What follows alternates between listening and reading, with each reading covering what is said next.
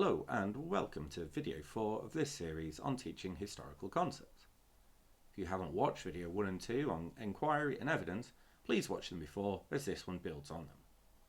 From this point on, there is no set order to view them in, so watch those relevant to what you are teaching. Today the focus is on similarity and difference. We'll be focusing on the same 3 questions as before, with the aim of having a deeper understanding of this concept, then thinking about the role it plays in the primary history classroom. This video series acts as an introduction to a much deeper conversation. What is a second order concept? The first thing we do when teaching history is study the relevant source material to gain the knowledge required to answer the inquiry question at hand. The first order concepts, therefore, are those related to knowledge such as trade, monarchy, invasion, etc. Once we have gained the relevant knowledge, we use concepts such as similarity and difference to interpret that knowledge as a historian might. They're the second thing we do after gaining the knowledge first.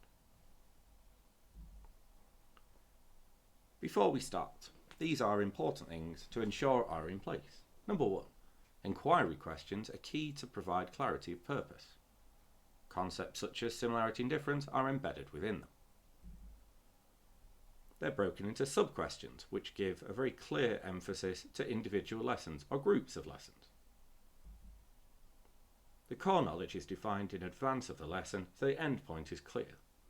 Without that end point, how can we make suitable comparisons?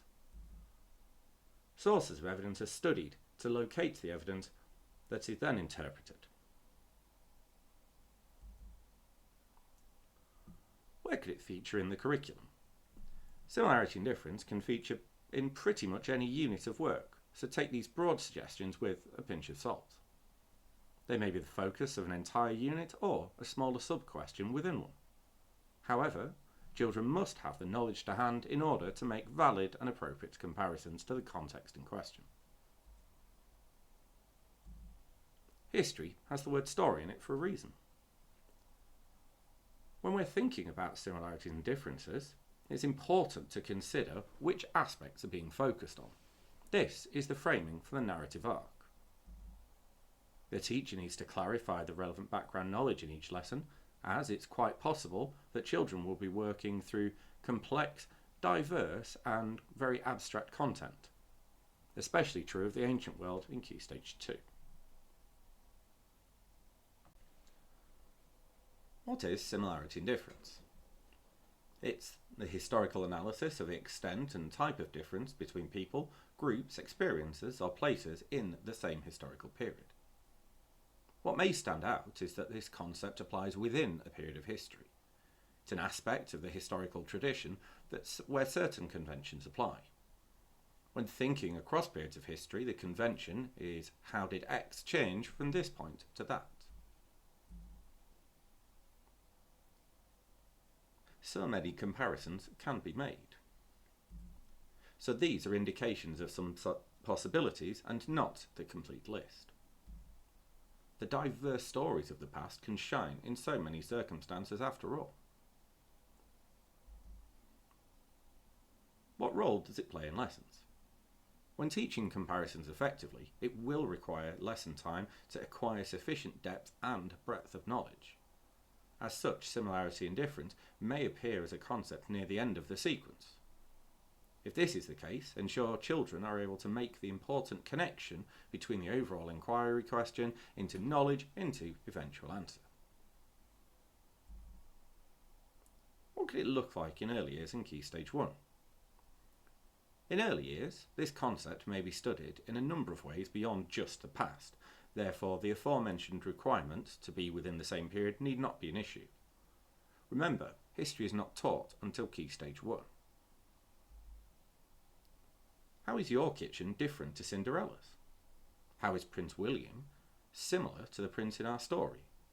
Both of those can use the study of the past as an incidental outcome to storytelling, using traditional tales or another book read in class. In Key Stage 1, there is a requirement to compare individuals as part of the significant individual's objective. Once again, a natural way to incorporate this objective. Venn diagrams and sorting circles are a useful way to record the learning. In Key Stage 1, it's absolutely fine to use this concept when comparing individuals or an aspect of the past across periods of history, as Key Stage 2 is when truly formalised history teaching really starts to take place. Moving into Key Stage 2. The scale of studies broadens in Key Stage 2. This means the possibilities for comparative studies are vast.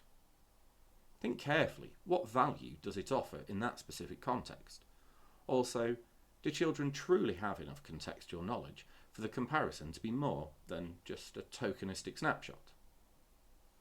The example of comparing aspects of the Roman civilization to the British Iron Age allows children to consider the technological, societal, and cultural aspects, while considering the extent and impact of the Roman conquest. Are we limited to two-way comparisons? No.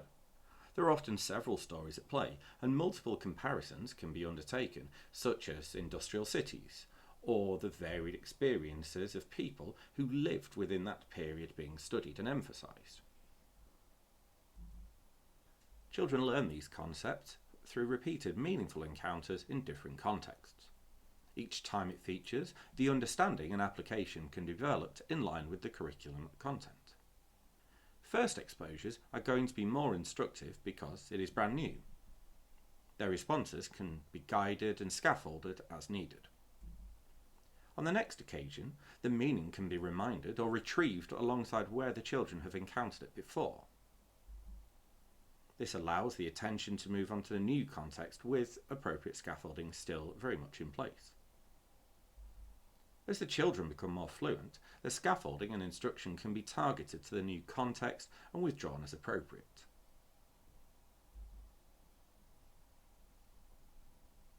A quick summary. Regardless of the inquiry and second order concept at hand, always make sure which part of the story matters for our purposes is clearly defined.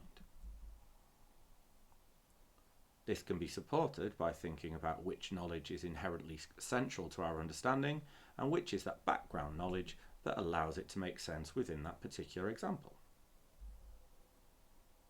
Always ensure there is that central relationship between the question and the knowledge.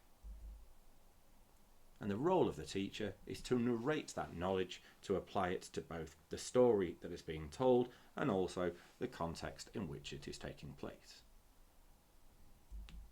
What next? Which concepts are we stressing in overall inquiry questions and sub-questions? The ones with the tick next to them have videos live on the playlist. In the next video, number 5 of the series, we'll be emphasising cause and consequence. Thank you so much for watching. It'd be brilliant if you could share this with your colleagues, and don't forget to give the channel a subscribe, the video a like, and maybe even a comment. Thanks very much. Bye.